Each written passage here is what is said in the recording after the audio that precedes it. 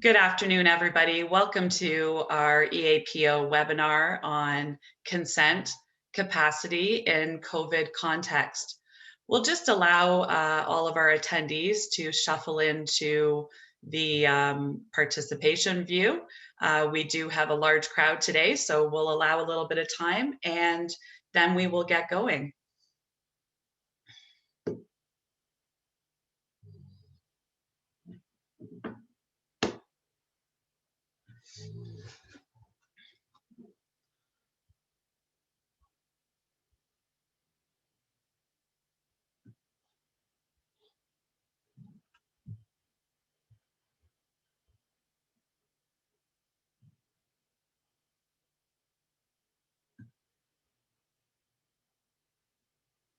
Well, just being mindful of time, we'll get started with our webinar on consent and capacity in the COVID context. So just a few housekeeping items, as always. All of the attendees at today's webinar will be muted throughout the duration of the webinar today. And a recording will be made available on our website within a few days after this webinar. You can always find them under the training and webinar section on our website. And we're happy as always to provide an ASL interpreter, and you will be able to view the two interpreters on the video screens during the webinar today. And just a little tip, so you can adjust your video images by dragging the line between the video and the PowerPoint that you're seeing. So if you want to make the PowerPoint bigger, you drag it to the right, and opposite if you want to make the video of the speaker larger. And I hope that certainly assists everybody today. And of course, the speakers will be visible during the presentation, and they will be available for a question and answer period today. So we do ask you to keep the chats within the chat context, and in the Q&A boxes, please type your questions that you would like to pose to Shauna today. And then, of course, we are always respectful of individuals' privacy, so we will not be addressing any confidential questions during this webinar. We do encourage those of you that have more private or personal questions to reach out to us at the end of the webinar, and we would be happy to have that one-on-one discussion with you.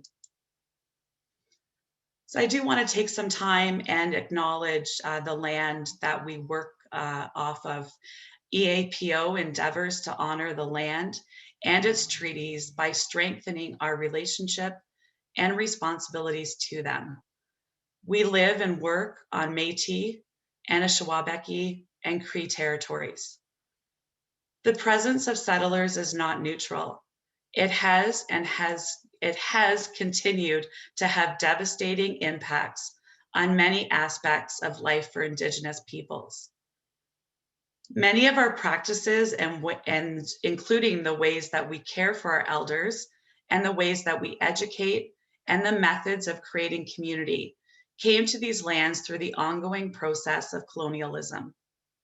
We now hold a new understanding of our interactions and engagements with this land and its people.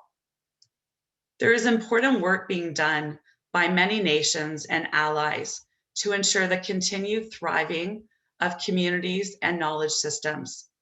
Those of us who are settlers need to recognize that our knowledge and way of doing things may not be the priority as we work towards a safe Ontario for all seniors.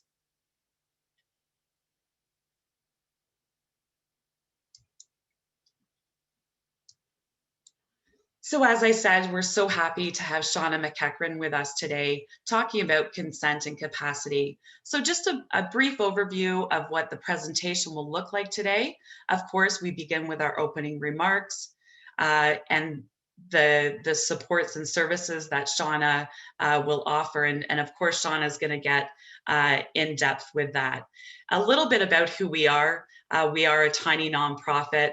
Our mission, I feel like everyone here today can agree that we envision simply in Ontario where all seniors are free from abuse, and have a strong voice and feel safe and respected. Shauna McEachran, we're absolutely thrilled to have Shauna with us today. She has over 25 years experience. Much of those years was with Community Care Access Center and Veterans Affairs.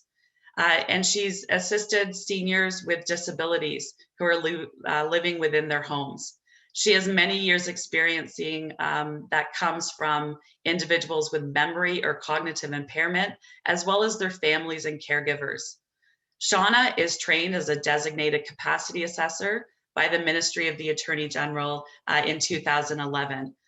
So in the past 8 years, Shauna has built an exceptional reputation as an experienced and fair advocate for people with cognitive impairments and those who are at a vulnerable risk of elder abuse. She's a valued member of the Kawartha Lakes and Haliburton Elder Abuse Prevention Network for the past several years, and has been a member of both the GAIN advisory team and the Haliburton Service Providers Network within and the Kawartha Lakes Situation Table. So without further ado, I welcome Shauna. Thank you very much, Laura. That's wonderful. I'm very happy to be here. I'm going to share my screen now so that you can see my PowerPoint presentation. Okay, so is that visible now? Okay. Yes. Wonderful, thank you. So I am an occupational therapist by training. So I've got 25 years under my belt as an occupational therapist. I've been a designated capacity assessor now for a little better than 8 years. And that's what I currently do full time. So that is my main work. My main job now is doing capacity assessments. So what is a designated capacity assessor? That's probably the best place to start. So a health professional who's been qualified and designated to determine whether someone is mentally incapable of making certain types of decisions. So most of the decisions we talk about are described in the Substitute Decisions Act. And there are decisions around property, decisions around personal care are the main categories. So there are some circumstances where the Substitute Decision Act gives designated capacity assessors the exclusive authority to make determinations about whether someone is or is not capable of making their own decisions. So capacity assessors can be many regulated health professionals. So you'll find doctors, nurses, psychologists, social workers, OTs. Those are your main categories. We've all had to undergo a training program through the Ministry of the Attorney General. We have to be registered with our respective colleges. So I can't be a capacity assessor without being an OT. I have to be both. So they're not, they're totally linked together. And we report and have oversight through the Capacity Assessment Office and the Ministry and the Public Guardian and Trustee. So biggest question probably on people's mind, and I've heard it in many webinars and seminars that I've attended during lockdown and over the last 10 or 12 months, are the designated capacity assessors working? So just like everything else, it's some are, some aren't. So many assessors, myself, and there are quite a few around the province who are offering assessments by video conference in order to maintain the safety of everybody involved. So by nature, capacity assessments tend to be short, time-specific interventions. So we don't work in one location generally. We generally travel around and see people in different locations. So that's not really possible right now, but we are doing them by video conference. Where there are urgent situations or situations where video conferences simply will not work, then on a case-by-case basis, some of the assessors will negotiate with you to do visits. So in certain hospitals or in certain locations, we can arrange for a socially distanced, very safe way to conduct an assessment if a video conference won't work. So if somebody has really poor hearing or doesn't have access to the technology, it may be necessary to do that visit face-to-face. So during lockdown, we are limited in that, but if there was an urgent situation, we are allowed to do it. The other thing to know about the capacity assessors around the province is that the vast majority of them hold full-time jobs other places, right? So they work in hospitals, they work in long-term care homes, they work in other places. And so there are restrictions on their mobility in order to move around and do the other assessments. That also means they might not have time because they may be working extra hours and double hard at their regular full-time job and not have the ability to do the extra work with a capacity assessment. So it may be harder to find a designated capacity assessor right now, but because we're doing them by video conference, you can get somebody from further away. You can get someone from Ottawa to assess somebody in London, and it's going to be fine. And so I just encourage you to call around if you're looking for a designated capacity assessor. The lists are all online at the Capacity Assessment Office, and you can locate an assessor and make some calls and find out who's available. So the first thing I want to really delve into is the age-old question of assessments and evaluations. So people use capacity assessment very broadly out in the general public.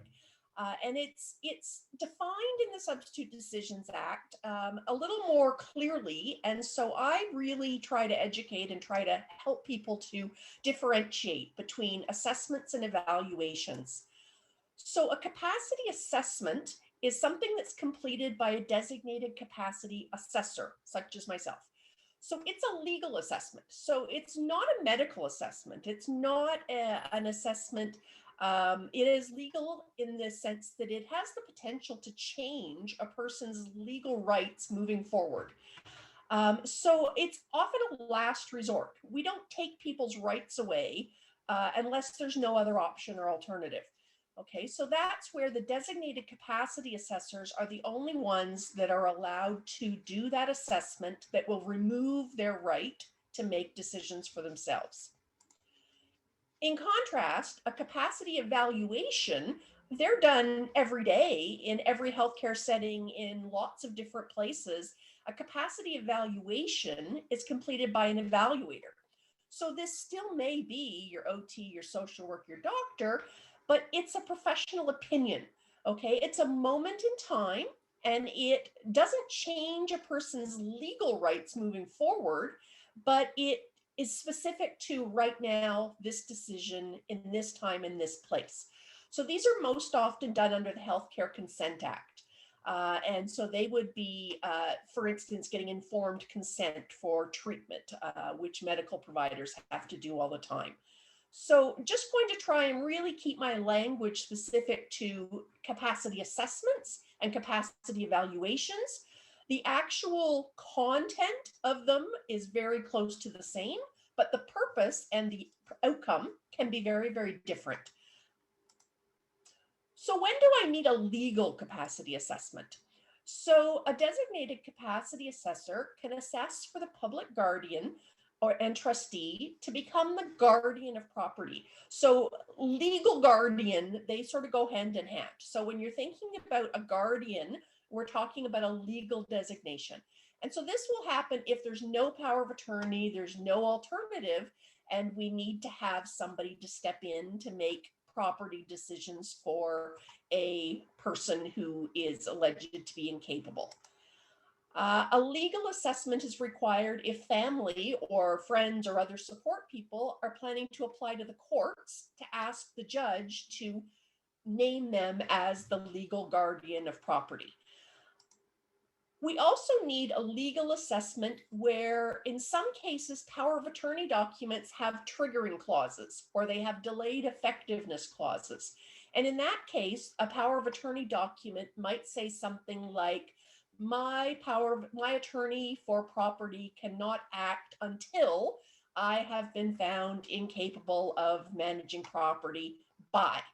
And then sometimes there's no by, And sometimes there's by my doctor, by my lawyer, by my whoever.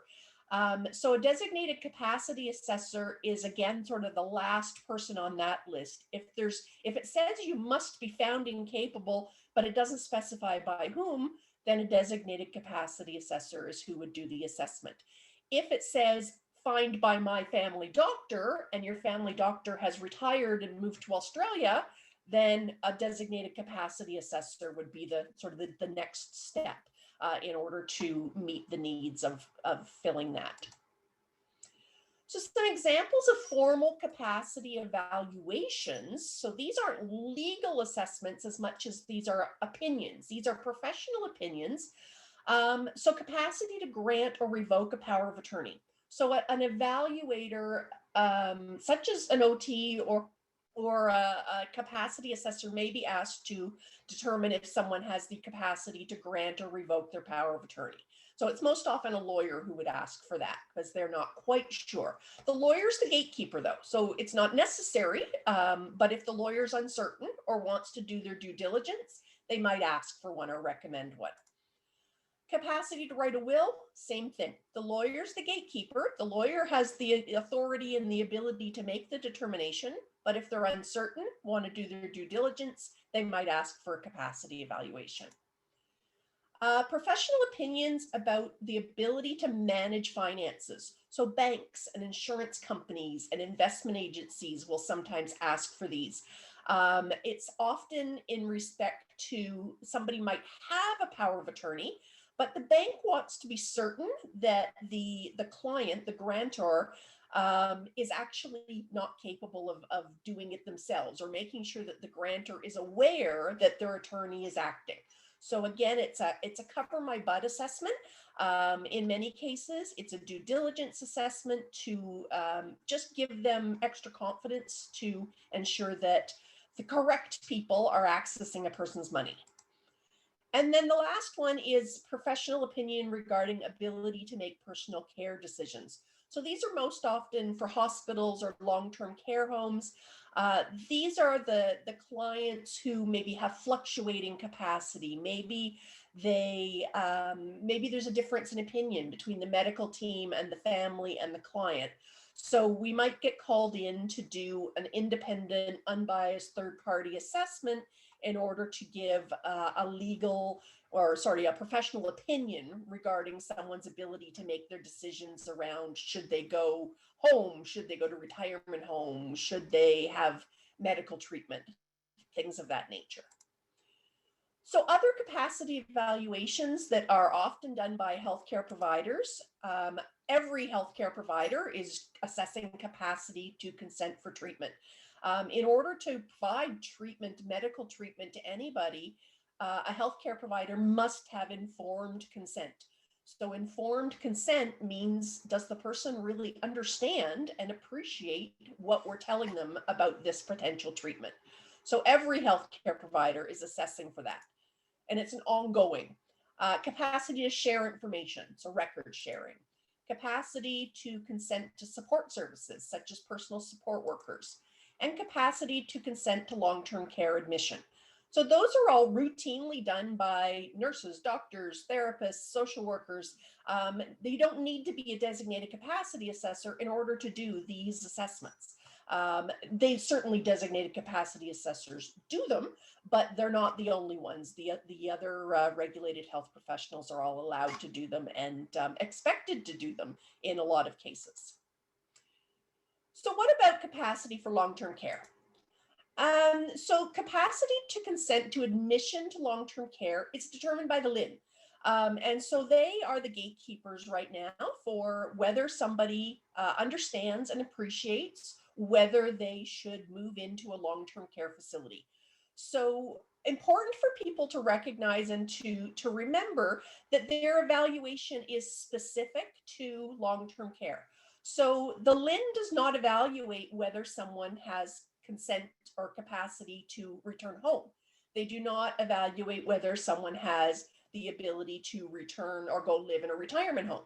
They strictly are looking at whether the person has the ability to say yes or no to moving into a long-term care facility. And so on occasion, this gets a little bit complicated and a little bit dicey. And so capacity assessors, again, may be called in for a third-party opinion.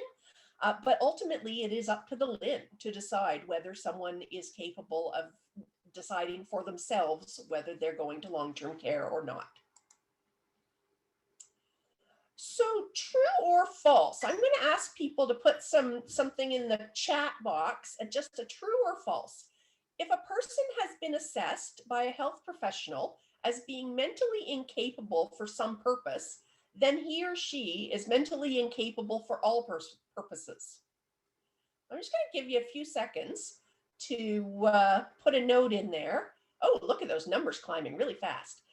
And then I don't know if I can see.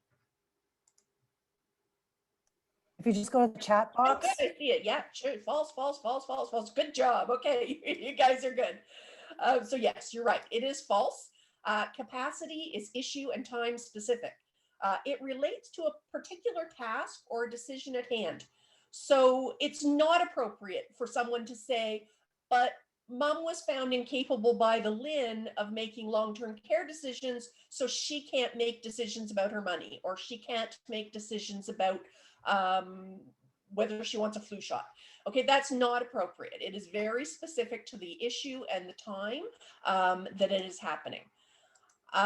Similarly, it's very common actually for people to be found incapable of some things, but capable of others, right? So it's not an all or nothing. Finances is more complicated than what we have for dinner. Okay, so it's very usual for people to be capable in some. The Healthcare Consent Act tells us very clearly that people can be capable with respect to one treatment or incapable with respect to one treatment, but still be capable for others. So imagine you're asking someone about whether they would like a flu shot, and they might be able to work that through and consider the risks and benefits and the consequences. And then you ask them if they want to have chemotherapy. That's a much different decision. That's a much more complicated thing. So every decision is looked at individually. And even if a person is found to be incapable at one point in time, people can become capable again, right? They can go in and out of capacity. Some people go in and out of capacity in the same day. People with dementia who sundown, they may be capable in the morning and incapable in the evening. So it's very specific to time and place. And even if someone has been found to be incapable of making a decision yesterday or last week or last month, that does not mean that they're incapable today. It has to be reevaluated today with respect to treatments and healthcare. So really important that we read the legislation, read the act. There is a lot of fine print in these acts and things that we need to know and understand. So the two acts I'm going to highlight for you are the Substitute Decisions Act of 1992. And so this is the main act that establishes how a designated capacity assessor operates. So it establishes the legal criteria for whether a person has the ability to make decisions. So capacity is the ability to understand and appreciate. Understand and appreciate are our main buzzwords. We use those all the time. Consent is giving permission or agreeing to the decision.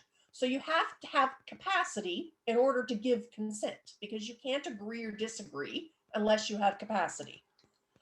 Informed consent is what doctors, nurses, healthcare providers have to get, and that is giving permission with full knowledge of the possible risks and benefits. So it's an educated decision. It's an informed decision where you have been told, these are the possibilities of what might happen, and now we're going to ask you to make a decision. And so you can find all of this information online quite easily. The Healthcare Consent Act is an Ontario law. It is specific to Ontario, and it is related specifically to treatment. And so it talks about a person has the right to consent or refuse treatment, medical treatment, as long as they have mental capacity to do so. So under the SDA, Substitute Decisions Act, we know that a capable person has to have the ability to understand the information. So they have to know the facts and they have to be able to appreciate the consequences. So consequences, risks, benefits of the decision, or their lack of decision. So a lack of decision could be also have its consequences. And so people need to be able to do both. They have to be able to understand and appreciate.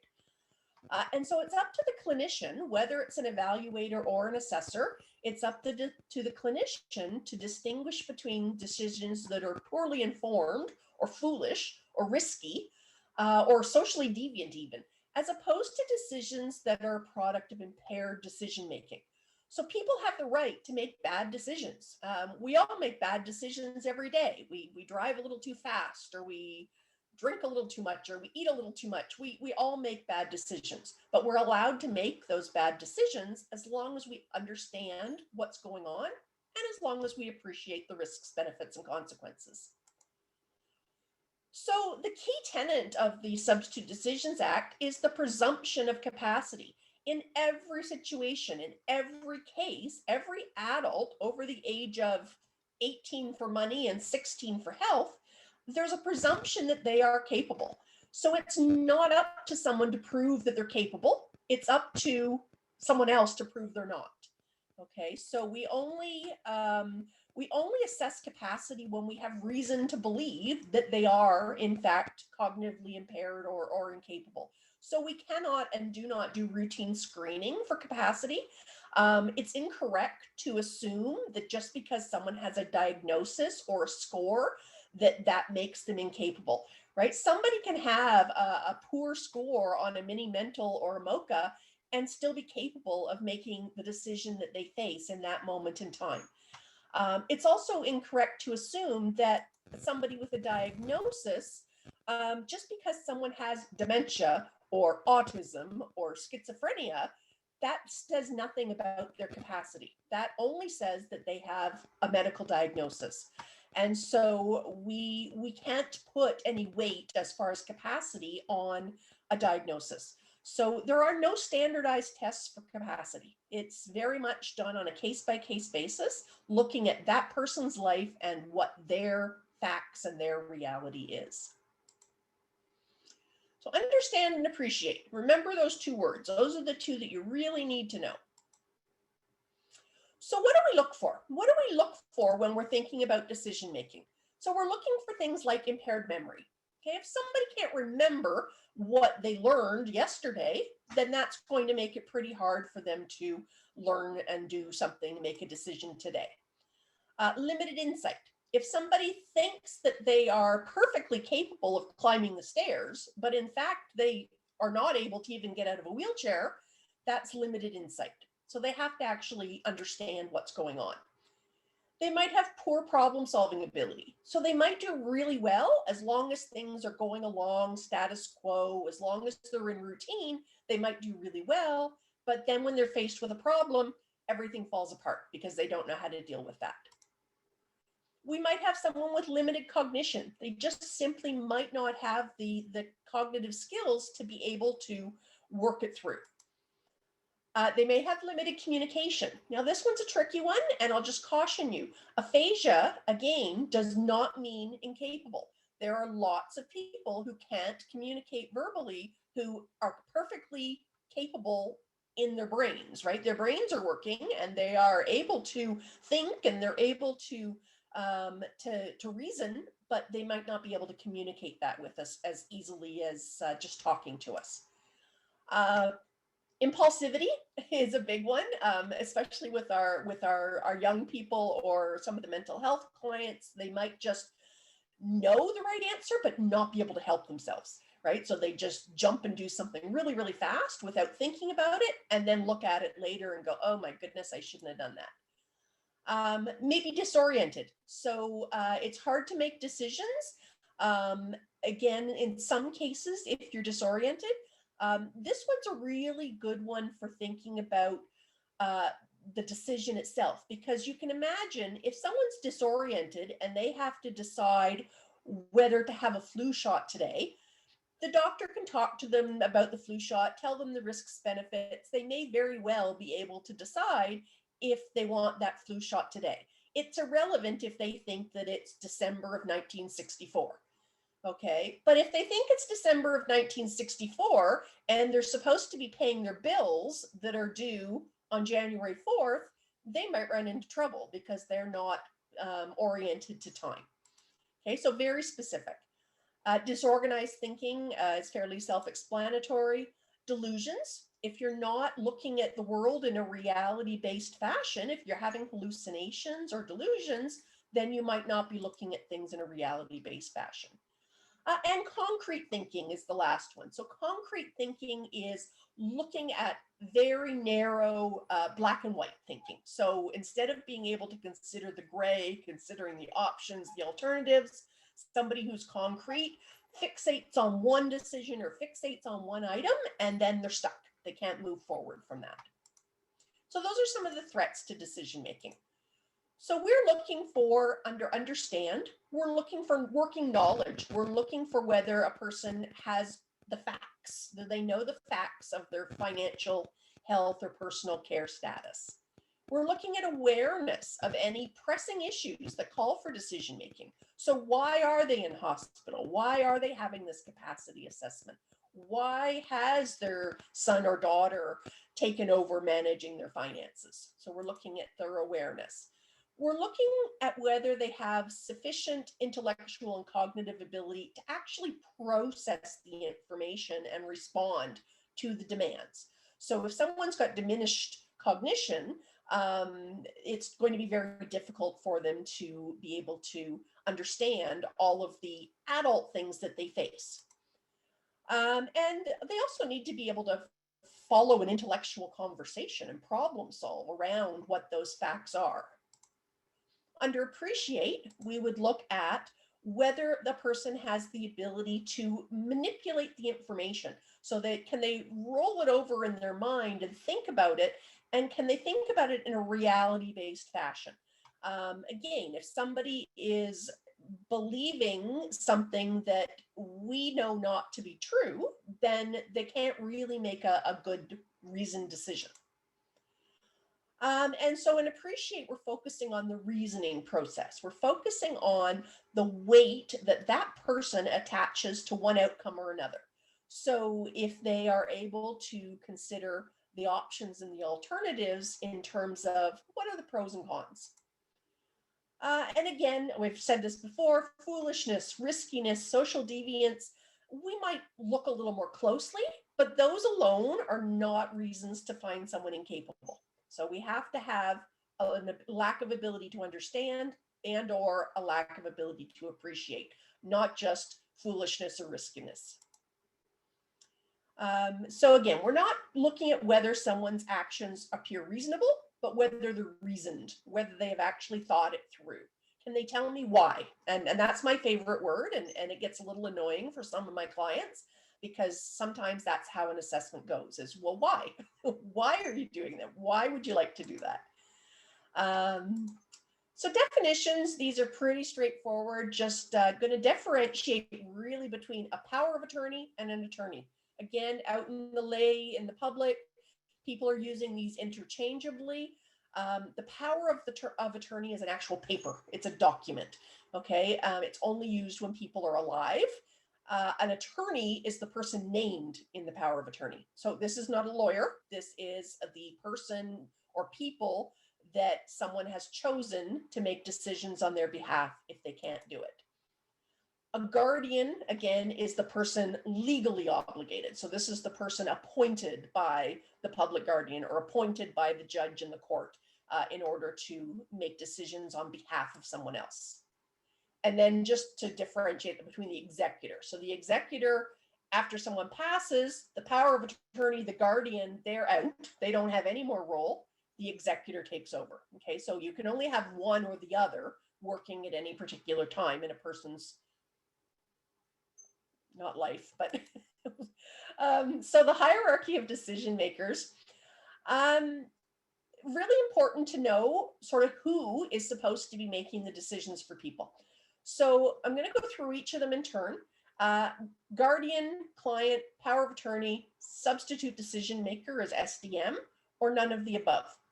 And I'm just going to really draw your attention over here. This is one of my favorite little quotes, because when we're dealing with powers of attorney and we're dealing with these sort of legal consent and capacity, education is about reading the fine print. Experience is what you get when you don't read it. Okay, so experience is the everything blew up because I didn't quite read all of the document. So guardian for property. There are 3 ways that somebody can get a guardian of property. So first step is always Shauna. Yes. Sorry, my apologies, Shauna. I was trying to chat with you. We are getting a few feedback suggestions just for you to slow down a little bit for the interpreter and the attendees. Sorry about that. Carry on. No problem. It's excellent. It's just a little too fast. Thank you. All right, take a breath. All right, so there are 3 ways for someone to have a guardian of property assigned.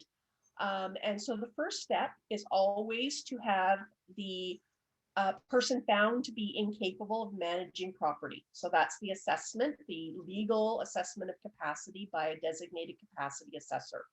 And so there are 3 ways. The first way is the Ontario Public Guardian and Trustee may become the financial guardian if someone doesn't have a viable alternative. A family member or close friend can apply to the public guardian to assume guardianship. So this is a case where they go on public guardian first, and then the family or the friends can apply to the public guardian to take over from the PGT. Or the third way is that the judge can appoint a guardian following an application to the court. And so that is a direct, the PGT in this case is kind of gone past. There are pros and cons to both, which I'm not going to get into in this case, but it is certainly something that's important to discuss with your legal counsel if you're looking at guardianship, whether there is a better way for you to go about approaching a guardianship application for property. Important to know that a client under guardianship has no legal rights to make their decisions anymore. So if we're doing a legal guardian of property, this means that we are literally taking away their right to make decisions about money from now on. Okay, so it's a last resort. Guardian of the person is similar, except guardian of the person looks at personal care issues, health, shelter, safety, and some other personal care things. A guardian of the person is only appointed in a case of severe incapacity. So there has to be a family member or a friend who's willing to become the guardian of the person. So contrasting to the property, public guardian and trustee will become a guardian of property. Public guardian and trustee will not become a guardian of the person. So this is very rare. We don't see it very often. It is, again, a case where the client under guardianship has no legal rights to make those decisions anymore. Most often, I see this in situations where young people are growing up, becoming an adult, and they've never had capacity through their childhood. They have some sort of a developmental or other disability, and they become adults who remain incapable. And so we see it fairly often there. We don't see it very often in the adult population, in the senior population, but it does exist and it is out there. The backup plan here, I said that the public guardian does not become their guardian, but there is a backup plan. So if somebody doesn't have a guardian, doesn't have a power of attorney or a substitute decision maker, then there is this thing called the PGT, Public Guardian and Trustee Treatment Decisions Unit. And that is an automatic process in law. It is not something that needs an application or a specific assessment. It is a process by which a doctor or a nurse or a healthcare provider who can't get a decision from the client and can't get a decision from a family member will then go to the PGT as last resort. Okay, so they don't become the guardian, they don't open a file, they only consider things on a case-by-case, time-by-time basis. and they don't know the person. So that's the difficulty with having the power of attorney treatment decisions. They don't know the person. It's strictly based on the records and the documentation from the doctor, and they make the best decision they can. Power of attorney. So this lovely lady thinks that she'd like to make her future care plan, and she's going to give her power of attorney to the cat. And this is not all that uncommon. Well, maybe not giving it to the cat, but giving it to somebody or someone that maybe is not the most appropriate. So I'm going to ask people to put into the chat some of their thoughts about what types of legal decisions are given authority in a power of attorney. So when we write power of attorney documents, what decisions are we giving people authority to do?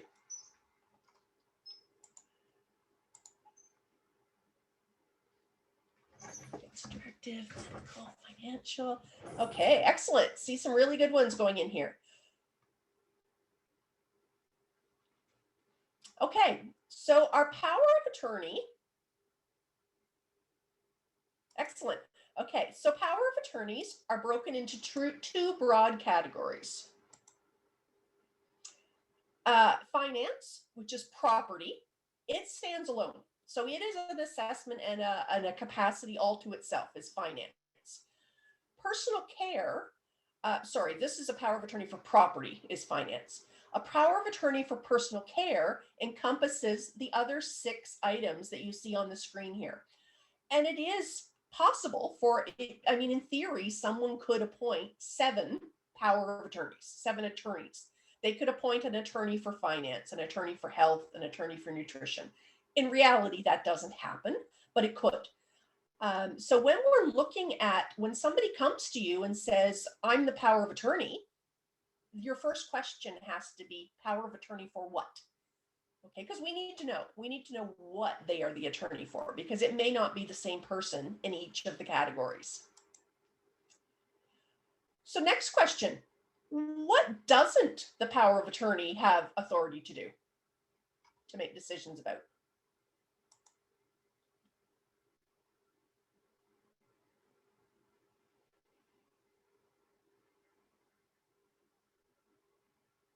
Excellent, good.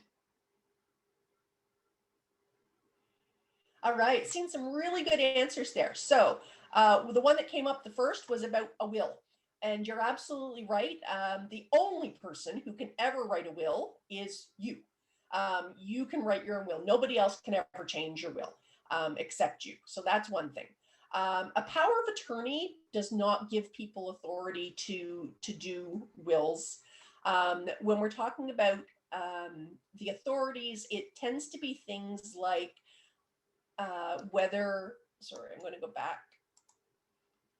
So everything that they have authority to do has to fit into one of these categories in one way or another. So I saw a few people put in things like admission to long-term care. Well, that might come in under shelter. So if someone has a power of attorney for personal care and they are not able to make long-term care decisions, that is a shelter decision. So their power of attorney would, in fact, make that if they were incapable. I saw somebody put visitors.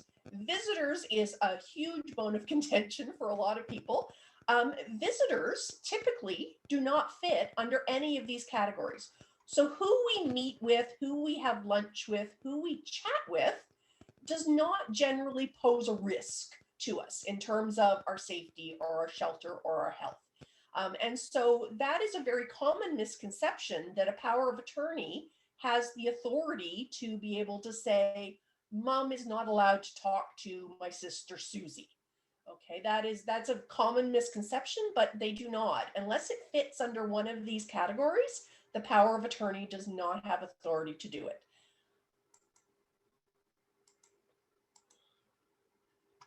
Okay, I'm going to skip through this just a little bit because we're getting a little short on time. Continuing power of attorney for property. That's your legal document for choosing who's going to look after your finances. The continuing power of attorney for personal care is the person you choose to make decisions if you can't about healthcare. So this is your health, shelter, safety, hygiene, clothing, nutrition. Notice, I'm going to highlight this over and over again, only if that person becomes incapable. So it is not an automatic. The power of attorney, just sitting there, you and I all sitting here right now who have powers of attorney, our powers of attorney for personal care have no authority, no power whatsoever over us until a doctor, a nurse, a therapist, somebody says that we're not getting it, that we're not understanding. Okay, so it only comes into effect for that specific decision someone can't get. So there's a lot of rules and regulations about powers of attorney. That is a whole other in-service on itself. There's lots of information available about it. There's some on my web page. There's lots of other web pages with it. Key points. The power of attorney's job is to follow the wishes to the maximum extent possible. That's law. It's law that someone involves the patient or the client to the maximum extent possible. It's required that they keep records and documentation of all decisions and all money coming and going. It's required that they put the patient's best interests first. Okay, it's not whether spending the money on a retirement home is best for the heirs. It's whether spending money on a retirement home is best for the client. The power of attorney is required to support and encourage contact with supportive family members and friends. Required to explain their role and the decisions that they make to the client. There's lots more rules, but the bottom line is make sure if you agree to be a power of attorney or if you are starting to act as an attorney, make sure you know the job description. There's a lot more about power of attorney we could talk about. I'm going to skip through some of this because I want to get to the impact on COVID. So important to read the fine print is basically the point here. Are there any restrictions? Is there more than one attorney? Is it effective to date? This one's always a great cartoon just to keep in the back of your mind. The power of attorney, or sorry, the power of dad trumps the power of attorney. Okay, so if you can remember nothing else, remember that. The power of dad still trumps the power of attorney. There can be restrictions, there can be limitations, there can be all sorts of different rules, and there can be different things about whether someone is one person appointed or whether there's two or more people appointed. So you've got to read the fine print and know exactly how all of it is written. Okay, so we're back to these decision makings. So what has changed? So between February of 2020 and February of 2021, a lot of things have changed. So I want you to think about, we're going to talk about Jack. So Jack has moderate dementia and he has walked religiously. He goes to Tim Hortons for coffee with the boys 3 times a week. He's done it for years and years and years. So when we're thinking about this, if we thought about this in February of 2020, what areas of capacity might be impacted here about whether Jack should be making the decision about walking to Tim Hortons 3 days a week? What sort of decisions what sort of areas of decision making might we look at? Safety, absolutely. And I don't know how to stop it. Okay, so some people are already jumping ahead in 2021. So we're talking about February 2020, whether someone was able to, let me stop in a moment.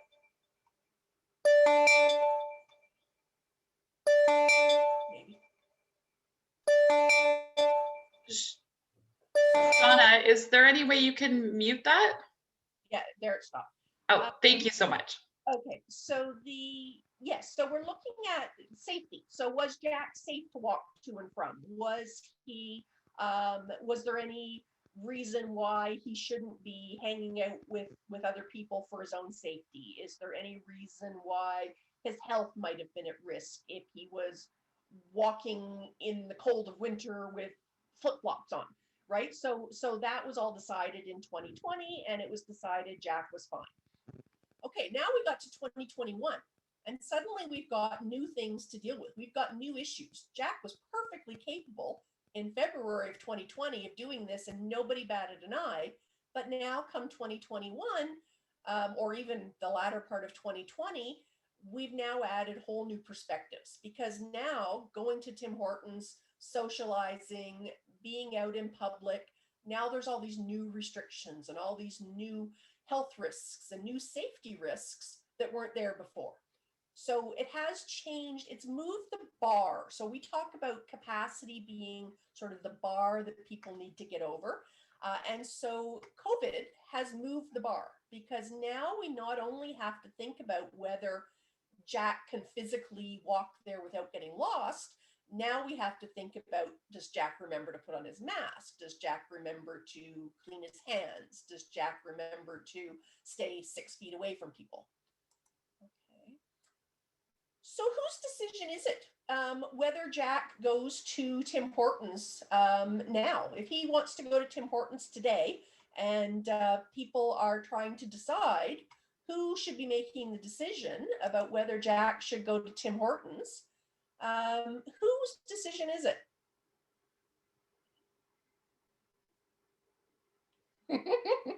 Good job. All right.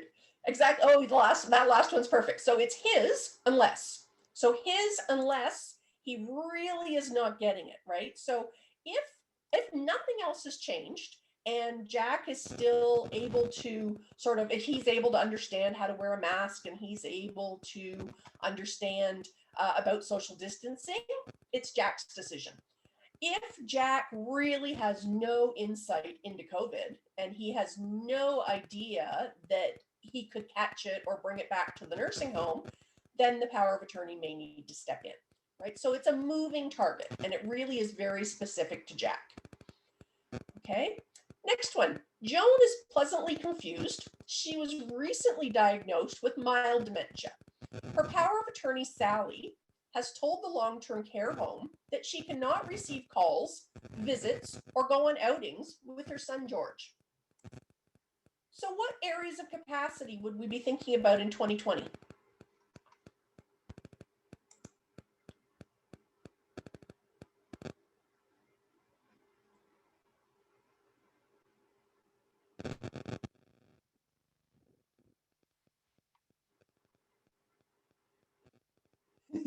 So what's up with George? Okay, so yeah, that's the key question. So really, at the end of the day, so I'm sort of telling you, Joan is pretty reasonable. She's pretty good. She knows what's going on. But the power of attorney, what is going on with George? So the power of attorney, if Joan wants to talk to George, and Joan is able to sort of think it through and say, hey, George is my son, and I love him, and I want to talk to him, and he and Sally have always fought, then that's Joan's choice. That's Joan's decision. If George is a drug addict, drunk driver who takes his mother cliff jumping, then maybe there's a safety issue. Okay, maybe there's a reason why George can't, but there has to be a reason. There has to be a safety issue. There has to be a health issue. If Joan was in fact incapable, if she wasn't getting it, Sally's only allowed to make that decision on her behalf if there's a safety issue, if there's a health issue. She's not allowed to make it just because she's the power of attorney.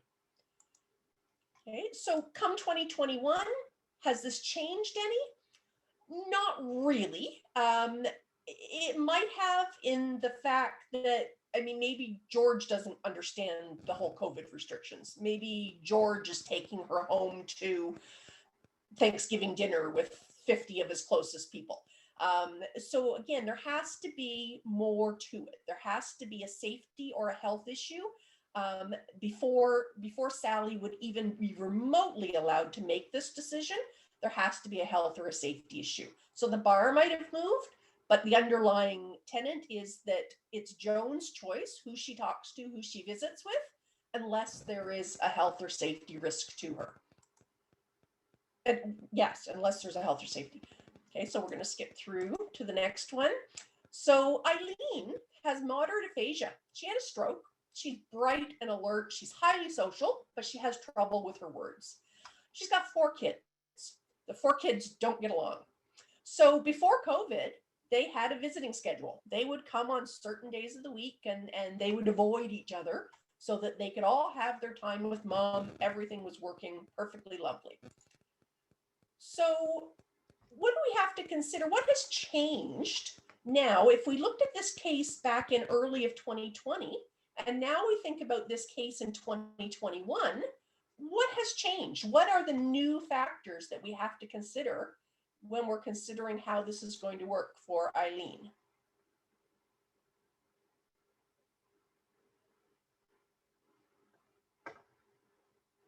Good job. Okay, there, I just saw it. Can't have 4 different visitors. So right now, even if Eileen says, I love having my 4 kids come on rotation, even if the kids say, we love coming with mom and having our rotation and it works for us, now we've got COVID rules that say you're only allowed to have 2 designated caregivers.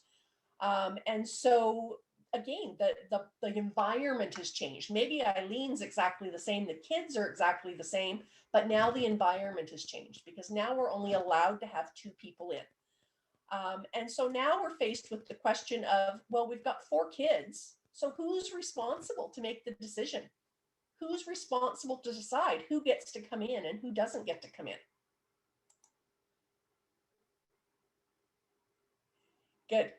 So Eileen chooses herself is the best answer. I saw a couple of things about video and phone calls. Absolutely, those are all great ways to accommodate. But at the end of the day, it is up to Eileen to communicate to her team in whatever means possible that she would like this one and that one. It's up to her to pick. It's not up to the kids. It's not majority rules. It's not up to anybody except Eileen. Okay. So what else has changed? So of course, we've got some of the priorities have shifted. We've got the 2 designated caregivers. We've got some restrictions on outings, right? We've got people now are not allowed to come and go from nursing homes and retirement homes the same as they would have before. We've got people who might have been quite capable of going for walks in the community and doing their own thing, but now don't quite understand the restrictions around COVID. We've got routines that have been disrupted because people who are less capable often can't problem solve. Remember those threats to decision making earlier, they might not be able to problem solve this new situation or this new routine. So with dementia, our stance has always been trying to keep routines consistent, and the more people had practiced and been used to a routine, the more likely that was to be maintained. But now we've thrown a huge monkey wrench in the middle of it. And so understanding how their capacity is changing while their routines and while the world around them is changing has added a whole bunch of new perspectives. And so those with cognitive impairment are also less able to adapt. So they're less able to adapt to the technology or to the changing protocols around them. So we have to take all of that into consideration. The key tenets of consent and capacity have not changed, however. It's still up to us as healthcare providers and powers of attorney to seek consent from the right person. Okay, the client being the number one person. Only if the client is incapable does the power of attorney ever become involved. And it's up to the healthcare provider to tell the client that and to explain to them, I don't think you're getting this. And so I'm going to ask Sally as your power of attorney to do it. If the client disagrees with the finding of incapacity, then there are actions they can take. So there are different ways that they can appeal that situation through. There are a number of mechanisms, but if the client disagrees with the finding of incapacity, there are mechanisms for them to challenge it. And just for those of you in long-term care or retirement home, just to recognize that if you suspect abuse or neglect, by anybody, then it is a mandatory report. So please do make sure that you are reporting that if you think somebody's being mistreated or isolated or restricted from being involved in their own decision making. Those may be signs of abuse. We don't need proof, we need suspicion. We need reasonable evidence to make us believe that. So in conclusion, COVID-19 has added some complexities and some new considerations. The key tenets are all the same, but when we're dealing with clients with cognitive impairment or disabilities, they may be really struggling to adjust to this new normal. So more than ever, we need to be alert to protecting and advocating for the rights of those vulnerable people, because it's very easy for the quiet person who doesn't make any noise to be sort of overlooked. The squeaky wheel gets the grease, and if there's so many priorities right now, it's hard for people to kind of make their voice being heard.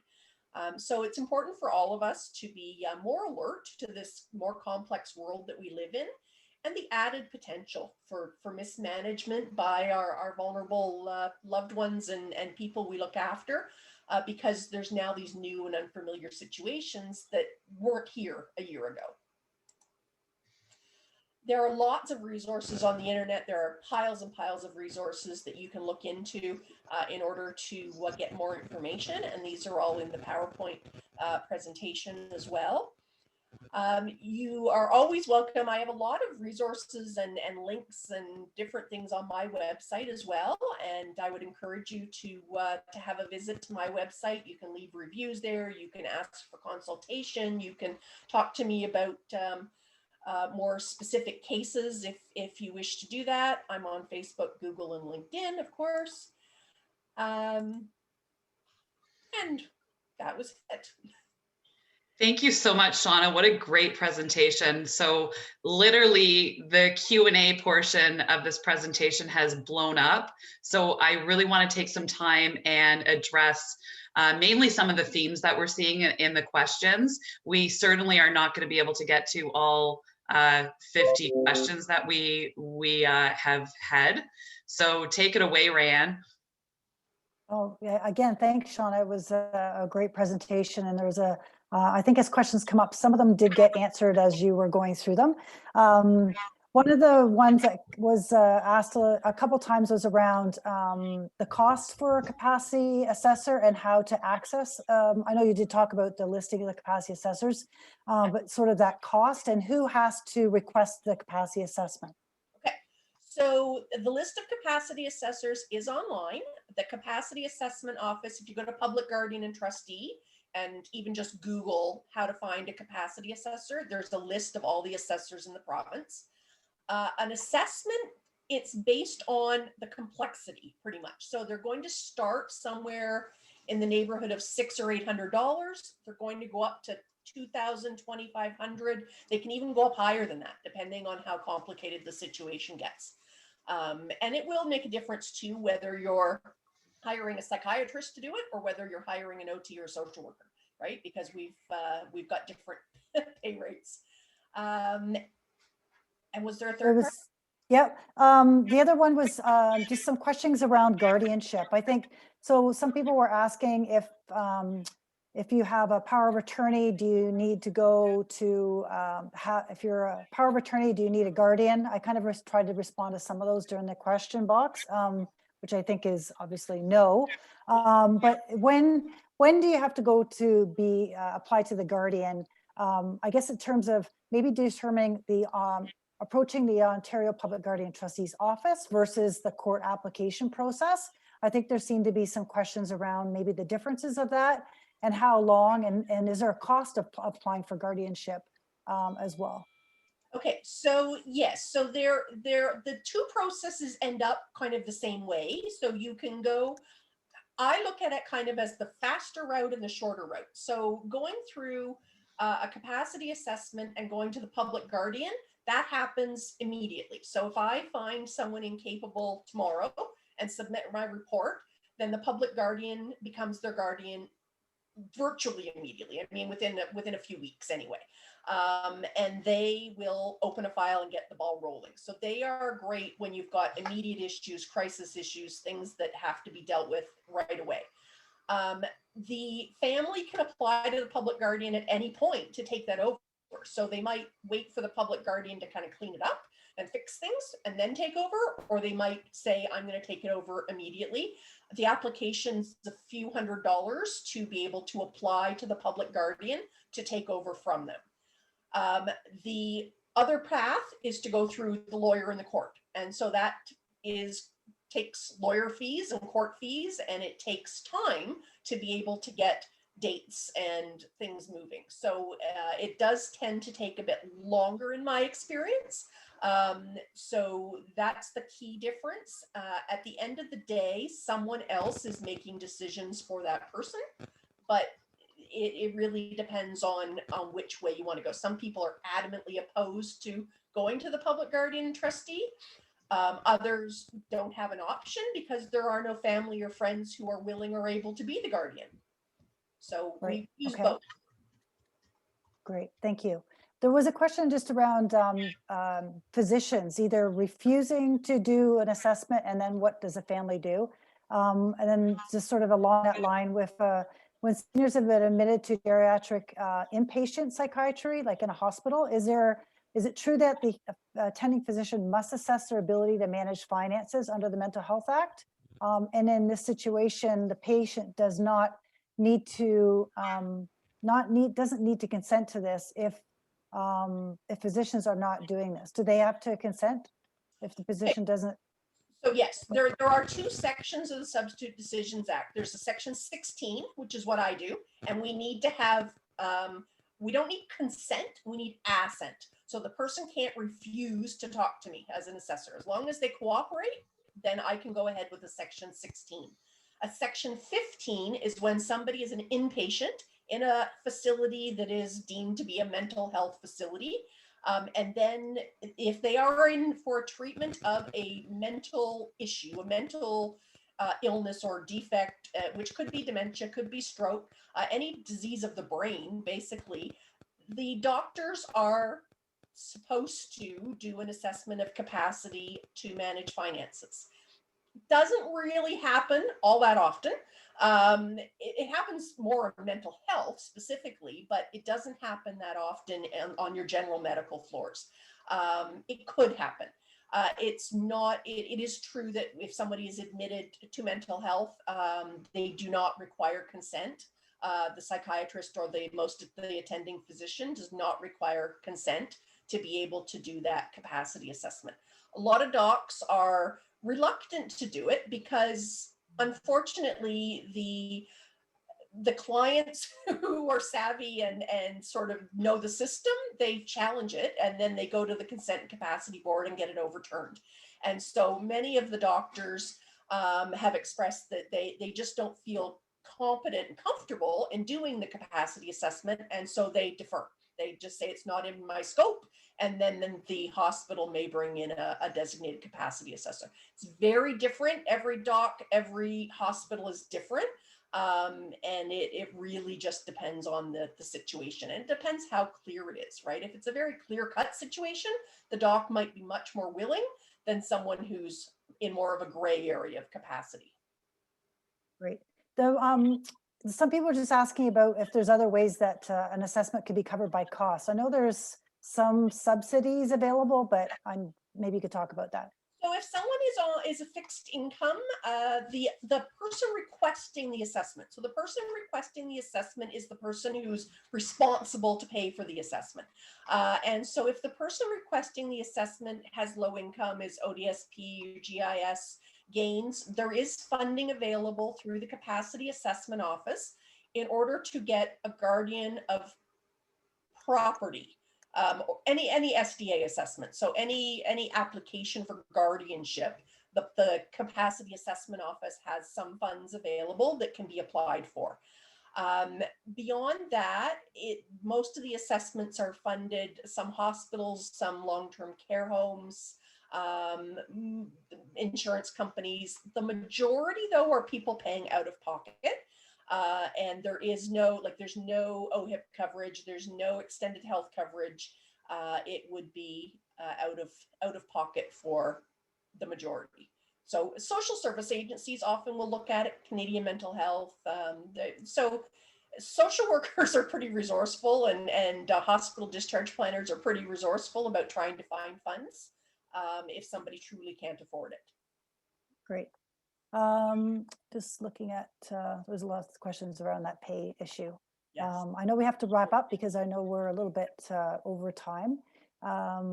And I know just to clarify too, that every province and territory has their own guidelines and legislation, as that came up in the chat box and in the question box as well. And maybe just can say if someone resides in Ontario, then the law is the resident within Ontario versus the family lives in Alberta or something. Yeah, and just be careful too that we've had a few cases where the power of attorney from Quebec, or the document was drafted in Quebec and the person lives in Ontario and things like that. Like you have to have an Ontario power of attorney for a person living in Ontario for the most part. Otherwise, they tend to end up in court. Okay, great. Well, I know we weren't able to get to all the questions today, but we will try our best to follow up and get back to people maybe through an information sheet, and maybe work with Shauna to develop that. I want to thank you, Shauna, again for sharing your knowledge and expertise with us today. And we'll thank everybody for participating. The webinar will be recorded, as we've said, and posted on the website in the next couple days. So stay tuned. We do have a webinar coming up next week on sexual assault in older adults that Laura actually will be hosting as well. So we look forward to everyone joining us. And thank you again, Shauna, and our ASL interpreters. Thank you, everybody. It was my pleasure. Thank you.